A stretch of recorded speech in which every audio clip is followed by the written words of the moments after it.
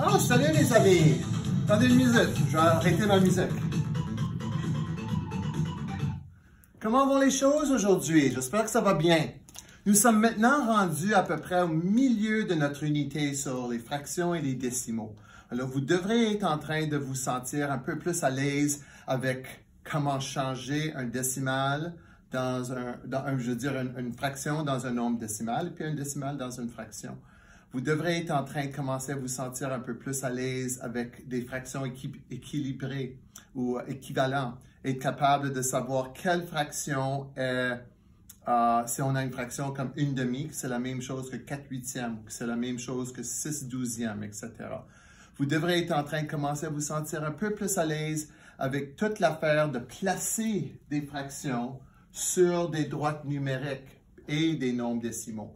Parce que c'est de ça qu'on va parler aujourd'hui. Aujourd'hui, notre leçon va être capable de comparer et d'être capable de comprendre les fractions et les nombres décimaux et où les placer sur une droite numérique. Alors, on va commencer en faisant une petite révision de ce qu'on a vu. Souvenez-vous, c'est quoi une fraction? On avait vu ça, une fraction, c'est un morceau d'un tout.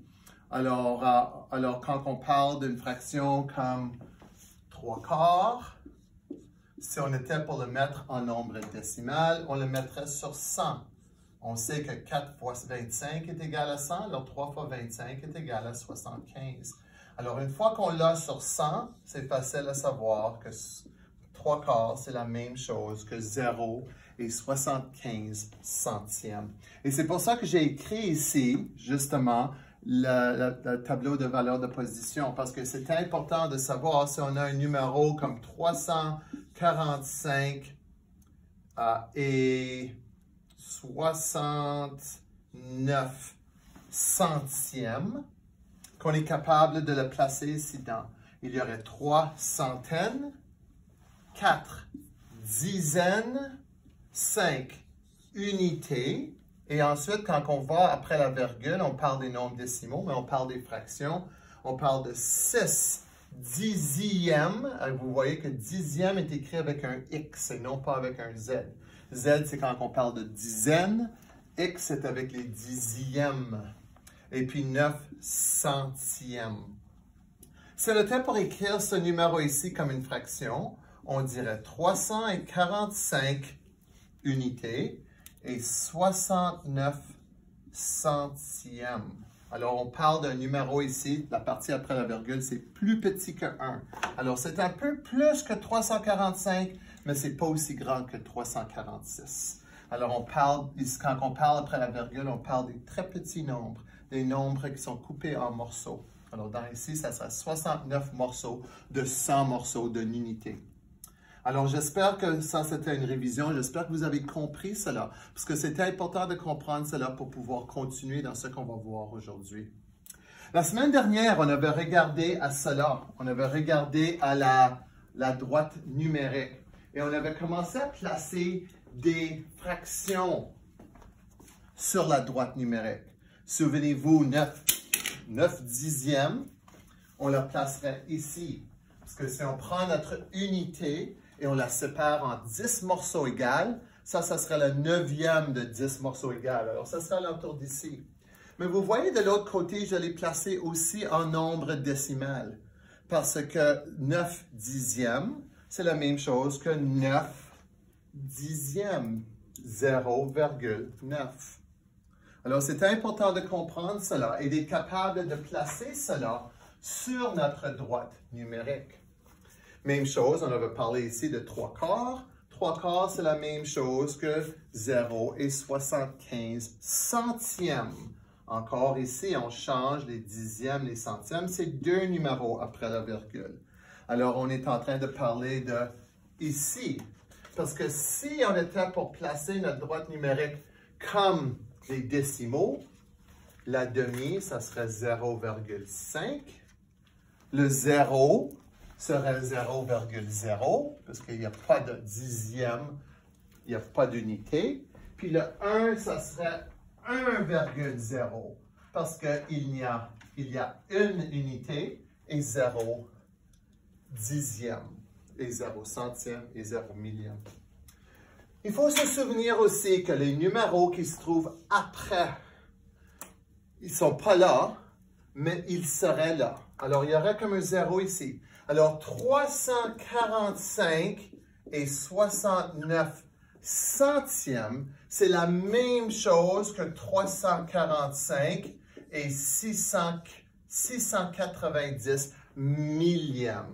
Là, on est en train de parler de la troisième position après la virgule, et ça, c'est la position des millièmes. Alors, tu prends une unité et tu la sépares en 1000 morceaux égaux. Dans ce cas ici, il y a 0 millième. Alors, c'est pour ça que ces deux numéros, c'est la même chose, parce qu'ici, il y a 0 millième aussi. Alors, on peut ajouter autant de zéros qu'on veut après la virgule, comme après le dernier numéro de la virgule, et ça va être la même chose. Alors, souvenez-vous de cela, parce qu'on va quand même être en train de comparer des fractions qui sont déjà, des fois, pas des fractions, mais des nombres décimaux qui sont des fois des nombres qui sont comme ceci et des nombres comme ceci. Et on doit comprendre que ces deux nombres-là, ce sont des nombres égaux. Okay? Parce que là, on a 6 dixièmes. Ici, on a 60 centièmes. Mais 6 dixièmes et 60 centièmes, c'est la même chose. Je vais continuer. On va effacer certaines choses pour qu'il y ait un peu moins d'écriture au tableau. Alors, on continue. 3 cinquièmes, on le met sur 10. 3 sur 5, c'est la même chose que quoi sur 10? C'est la même chose que 6 sur 10 fois 2 fois 2. Et 6 sur 10, c'est 0 et 6 dixièmes. OK? On continue. Une demi, 2 quarts, même chose. On avait vu ça quand on avait parlé des fractions équivalentes. Alors, 2 sur 4 et 1 sur 2, même chose. Alors, ça serait facile de savoir que c'est 0,5 ou 0,50. Alors, ça ici, on le placerait là et on le placerait ici. Ça serait la même chose.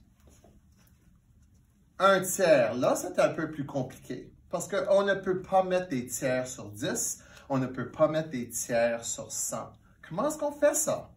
Vous allez apprendre plus tard, pas aujourd'hui, mais dans une autre leçon, qu'on peut diviser le numérateur par le dénominateur. Alors, ce n'est pas de dire 3 divisé par 1, mais c'est de dire 1 divisé par 3. Comment est-ce qu'on fait ça? Bien, on met des virgules, puis on dit, bien, 3 va dans 1, non. 3 va dans 10, 3 fois. Alors, il y aura un 0, virgule ici. 3 va dans 10, 3 fois. 3 fois 3, c'est 9. On soustrait. Ça nous donne un 1. Et on continue comme cela. Alors, on voit que 1 tiers, c'est 0,3333333, mais on écrit 0,33 centièmes. Mais vous allez voir, on va apprendre cela dans quelques semaines quand on va être en train de faire finir notre unité sur les fractions. Alors, on va arrêter là pour aujourd'hui, pour la révision. On va commencer à regarder qu'est-ce qu'on va être en train de faire en tant que le calcul en tête cette semaine. Cette semaine, vous allez avoir 3 devoirs. Vous allez avoir, comme toujours, le problème de la semaine. Vous allez avoir, comme toujours, les devoirs sommatifs qui ont fait avec la leçon. Et vous allez aussi avoir calcul en tête. Alors, regardons au tableau, puis on va essayer de comprendre. Ben, je vais peut-être laisser ça comme ça. On va essayer de voir quel va être le calcul en tête que vous allez voir cette semaine.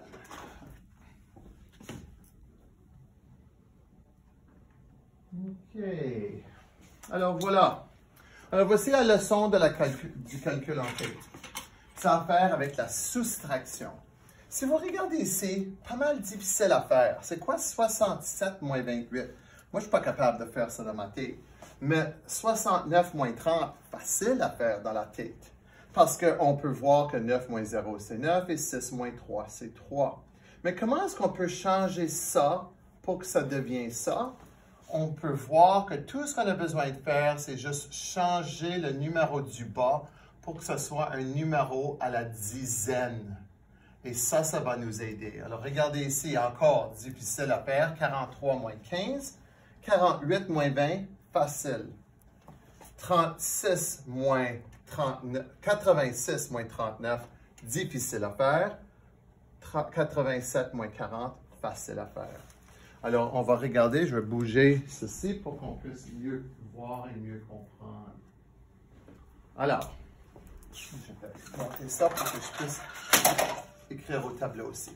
Alors, arrondir à la dizaine peut t'aider à faire une soustraction dans ta tête. Regardez ici, 55 moins 28, pas facile à faire. Mais si je veux changer ça à 30, qu'est-ce que je fais à 28 pour avoir 30? Je fais 28 plus 2. Alors, fais la même chose ici. C'est quoi 55 plus 2? C'est 57. Et là, maintenant, on est capable de faire ça dans notre tête facilement. 7 moins 0, c'est 7. 5 moins 3, c'est 2. Alors, voilà ta réponse de 27. Puis c'est ça ce qu'on veut que vous soyez capable de faire. Ça, tu devrais être capable de faire ça dans ta tête. De changer 28 à 30, de changer 55 à 57 et d'ensuite faire cette soustraction dans votre tête. On va regarder quelques exemples ici, puis je vais vous montrer par après quels vont être le devoir que vous allez avoir à faire cette semaine. Alors, regardez. Ici, 83 moins 28, pas capable de faire ça dans ma tête, c'est trop difficile. Mais je pourrais changer ceci à 30 et changer ceci à 85. Et là, c'est facile à faire. C'est quoi 85 moins 30? 5 moins 0, c'est 5.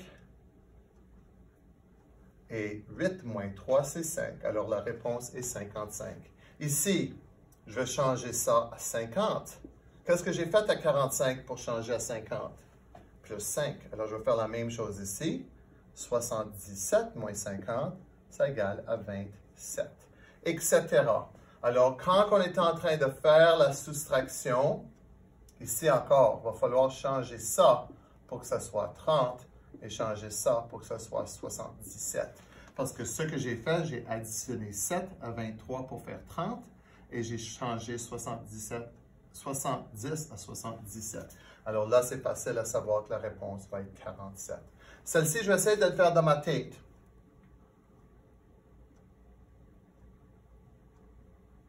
« 85 moins 40 est égal à 45. » Et voilà ma réponse. Alors, vous allez avoir à travailler, jouer peut-être avec cette page ici. Jouer avec cette page ici pour que vous puissiez ensuite faire, comme toujours, cette page ici. Ça, c'est celle qui ne va pas compter. Et ensuite, vous allez faire cette page dans, on espère, 4 minutes moins pour pouvoir me donner cette feuille. Alors, comme toujours, je veux que vous m'envoyiez cette partie, la partie B, parce que c'est la partie B que moi, je vais évaluer pour votre note. OK? Alors, j'espère que ça va pour le calcul en tête. J'espère que vous avez compris comment est-ce qu'on peut changer certains numéros dans notre tête avant de faire la soustraction pour pouvoir faire une soustraction facile. Je vous montre le problème. Bien, premièrement, je vais vous montrer la leçon. Je vais changer ceci. Je vais mettre ça en bas. Puis on va regarder la leçon de la semaine. Alors, cette semaine, c'est des points de repère pour les fractions. Alors, les points de repère, on les a vus. Ça, c'est un point de repère, le 0. Ça, c'est un point de repère, le 0,5. Et ça, c'est un point de repère, le 1. Alors, on utilise les points de repère pour justement placer des fractions et placer des nombres décimaux sur une droite numérique. Si vous regardez ici, les droites numériques sont incomplètes. On voit 0, 1/2, 1. 0 et le 1. Puis vous voyez que les 1 sont toutes pareilles parce que là, toutes ces droites numériques sont toutes la même chose. Sauf que celle-ci, on l'a séparée dans des demi. Celle-ci, on l'a séparée dans des quarts. Celle-ci, on l'a séparée dans des cinquièmes. Et celle-ci, on l'a séparée dans des dixièmes. Alors, si on était en train de comparer des fractions comme 1/2, je vais juste écrire ici. Si on était en train de comparer des fractions comme 1/2, 3/4, 1/5 et 3/10, on peut toutes les mettre sur le même dénominateur. Puis de ce même dénominateur-là, ça devrait être 100. Parce que c'est facile de changer toutes ces fractions pour qu'on y soit sur 100. 1/2, c'est 50 sur 100. 3/4, c'est 75 sur 100. 1/5, c'est 20 sur 100, parce que 5 fois 20 est égal à 100. 1 fois 20 est égal à 20. Et ça serait 30 sur 100. Puis là, c'est plus facile de voir que 1/5 sera le plus petit, ici, que 3/10 sera le deuxième, ici, que 50 centièmes sera le prochain, ici, et que 75 centièmes sera le prochain, ici. Vous voyez que ces droites numériques ne sont pas séparées en 100 morceaux, mais on est capable quand même de comprendre que celle-ci a été séparée en 4 morceaux et qu'on a pris le troisième de 4 morceaux, etc. OK? Alors, tu peux utiliser des points de repère pour comparer et ordonner des nombres décimaux aussi. Alors, une fois qu'on a changé ça sur la centaine, c'est facile de le changer pour que ça soit des nombres décimaux. Ça serait 0,5. Ça serait 0,75. Puis vous voyez qu'il y a deux numéros après la virgule parce que c'est sur 100. Ici, j'aurais pu faire 50 aussi. Ça, c'est 0,2 ou 0,20. Et ça serait 0,3 ou 0,30. Puis là, c'est facile, une fois qu'on les a changés, on les a mis sur 100, puis on les a changés en nombres décimaux, de pouvoir les placer sur une droite numérique. Okay? Alors, vous voyez ici, quel nombre décimal est plus grand? 0,25 ou 0,25 centimes ou 0,7. Ça, c'est super important comme question parce que c'est important que vous compreniez qu'on ne peut pas comparer des pommes avec des oranges. En d'autres mots, on ne peut pas dire, c'est un numéro c'est comme 0,25 et l'autre numéro est 0,7. On ne peut pas dire, ben, ça doit être plus grand parce que c'est 25. Non, parce que regardez, il y a deux numéros après la virgule. Ici, il y a un numéro après la virgule. Donc, c'est important qu'il y ait un deuxième numéro pour qu'on puisse comparer les deux choses pareilles. Quel numéro est-ce qu'on va mettre là? 0, puisqu'on avait dit qu'après le dernier numéro, on peut mettre autant de zéros qu'on veut. Alors là, c'est beaucoup plus facile de comparer 0,25 centièmes à 0,70 centièmes. Alors, lequel est plus grand? Celui-ci est plus grand.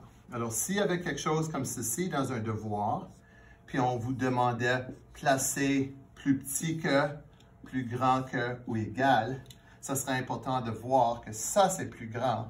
Alors, il faudrait qu'on place comme ceci. OK? Puis c'est exactement ça ce que la leçon nous montre. Le 0,5, c'est la même chose que 0,50. Alors, c'est important de comprendre cela.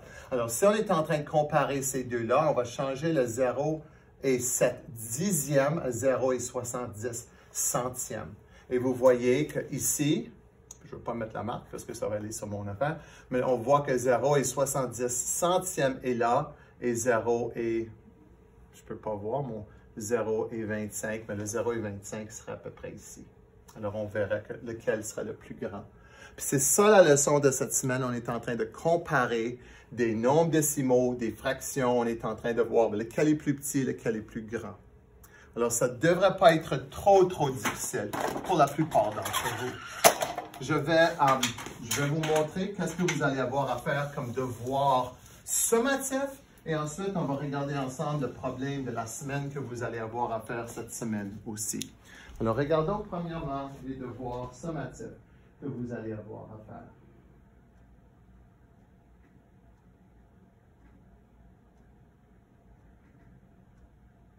Et voilà.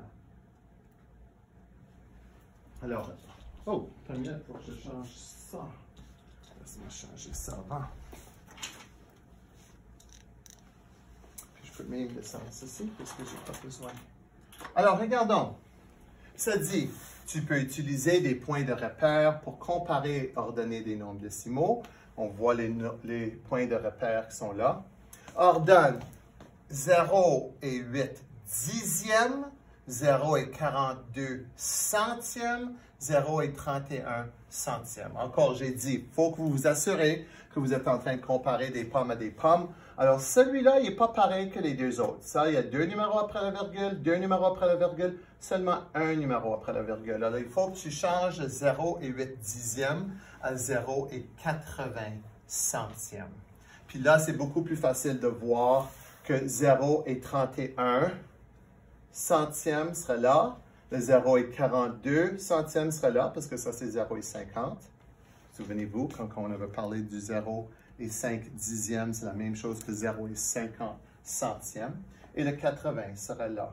Puis là, c'est beaucoup plus facile à comparer et ordonner. Si vous regardez le restant des devoirs, vous allez voir que c'est exactement ça que vous devez faire. Placer sur une droite numérique ces nombres décimaux. Placer sur une droite numérique ces décimaux. Ça, c'est facile parce qu'il y a deux numéros après la virgule, deux numéros, alors c'est facile de les placer. Lequel est le plus petit, lequel est le plus grand. Ici, un peu plus difficile, mais pas impossible. Deux numéros après la virgule, seulement un numéro, seulement un. Alors ça, tu vas changer, ça, tu vas changer pour qu'ils ont tous deux numéros après la virgule, pour que ce soit tous mis dans les centièmes. Puis là, on est capable de comparer. Vous allez voir que le restant des devoirs, c'est à peu près ça. C'est juste comparer, ordonner des numéros qui sont des décimaux. OK? Alors, ça, c'est ce que vous allez faire cette semaine. Si je vous montre le problème de la semaine, le problème de la semaine a l'air de ceci. Puis, je vais vous parler un petit peu aujourd'hui à propos de la démarche ARC. C'est super important parce que ce que j'ai réalisé quand je corrigeais les devoirs les 2 dernières semaines, il y a des élèves qui ne suivent pas 100% le processus d'ARC. Alors, je vais vous parler de ça dans quelques secondes. Voici le problème. Sur une droite numérique, placez les fractions et les nombres décimaux suivants. Alors là, j'ai fait un mélange des deux. Il y a des nombres décimaux, mais il y a aussi des fractions. Mais vous êtes capable maintenant de changer des fractions en nombres décimaux. Alors, ça devrait être assez facile. 0 et 39 centièmes. 0 et 1 centième. Faites attention, ça, c'est pas la même chose que 0 et 1 dixième. Je vous montre. Regardez ici. Ça ici, pas la même chose à ça. Parce que là, on est en train de parler d'une position après la virgule. Alors ça, c'est des dixièmes. Ça ici, c'est deux numéros après la virgule. Alors ça, c'est des centièmes. OK? Alors, c'est super important de savoir que ça va être plus petit que ça. Parce que là, on a pris une unité et on l'a séparé en 10 morceaux égaux. Ça, c'est un des 10 morceaux. On a pris la même unité, mais on l'a séparé en 100 morceaux égaux. Et ça, c'est un des 100 morceaux. Alors ça va être beaucoup plus petit. Pensez à un gâteau. On prend un gâteau, on le coupe en 10 morceaux et toi, tu peux manger un morceau de 10. Ton frère, que tu aimes, mais pas vraiment, mange un morceau de 100. Lui va avoir un beaucoup plus petit morceau que toi. Alors, c'est ça. Alors, on dirait que ça, c'est plus grand que ça. Puis ça, c'est ce qui est important que vous compreniez. Puis quand on le place sur une droite numérique, le 0,1 serait ici, mais le 0,01 serait là. Parce que c'est très petit. Si tu prends ça et tu le sépares en 100 morceaux, ça serait un de 100 morceaux. Alors, il serait là. Tandis que le 10, tu prends ça, le dixième, tu prends ça, tu sépares en 10 morceaux, ça serait à peu près ici. OK? 3 centièmes, encore, 3 centièmes, 0,03. 30 centièmes, 0,3, pas la même chose. Oh, 0,3, ça c'est la même chose. Alors faites attention, il va y en avoir qui vont être pareils. 0,98 centièmes. 4/25e. Là, il va falloir que tu changes ça pour que ça soit sur 100. 25 fois quoi est égal à 100? Fois 4. Alors, tu dois faire la même chose en haut. 0,74 centièmes et 3/4. Alors, faites attention, vous allez avoir à placer ça sur la droite. Je vous parle du processus d'ARC parce que je veux m'assurer que vous compreniez. Il y a 4 choses que j'évalue dans le processus d'ARC. Il y a l'analyse, ce que je veux savoir. Il y a l'analyse, les données. Il va ensuite avoir la résolution. Ça, c'est le R. Et il va aussi avoir la communication. Puis la communication, c'est la phrase complète à la fin. Alors, pour l'analyser, qu'est-ce que je veux savoir? C'est dans le problème. Ça, c'est assez facile. La plupart d'entre vous, vous êtes capables de faire ça juste en réécrivant dans vos propres mots le problème. Alors, qu'est-ce que je veux savoir? Je veux être capable de placer sur une droite numérique. Quelles sont les données? Bien, elles sont toutes là, les données. Alors, réécrivez ça ici. Pour la partie résolution, c'est là que tu vas me montrer ton travail. c'est là où tu vas me montrer que tu es capable de changer ces choses pour qu'ils soient tous la même genre de choses, qu'ils soient tous des centièmes ou qu'ils soient tous des fractions sur 100. Et finalement, le communiquer, c'est là où on écrit la phrase. Ça serait une phrase, quelque chose comme « nanana est la plus petite fraction et nanana est la plus grande fraction ». Et c'est facile lorsqu'on les compare en les mettant sur le même dénominateur. OK? Alors, pensez à cela quand vous êtes en train de travailler votre problème de la semaine. Montrez-moi que vous êtes capable de comprendre. C'est vraiment ça ce que je veux savoir. Je crois que c'est la fin, les amis. Je crois que ma leçon est terminée. Alors, je vous souhaite au revoir. J'espère que vous avez tous eu une très bonne semaine et j'espère qu'il va commencer à faire un petit peu plus beau parce que je crois qu'on a tous hâte que l'été arrive. Alors, on se revoit. Bye bye. Prenez soin.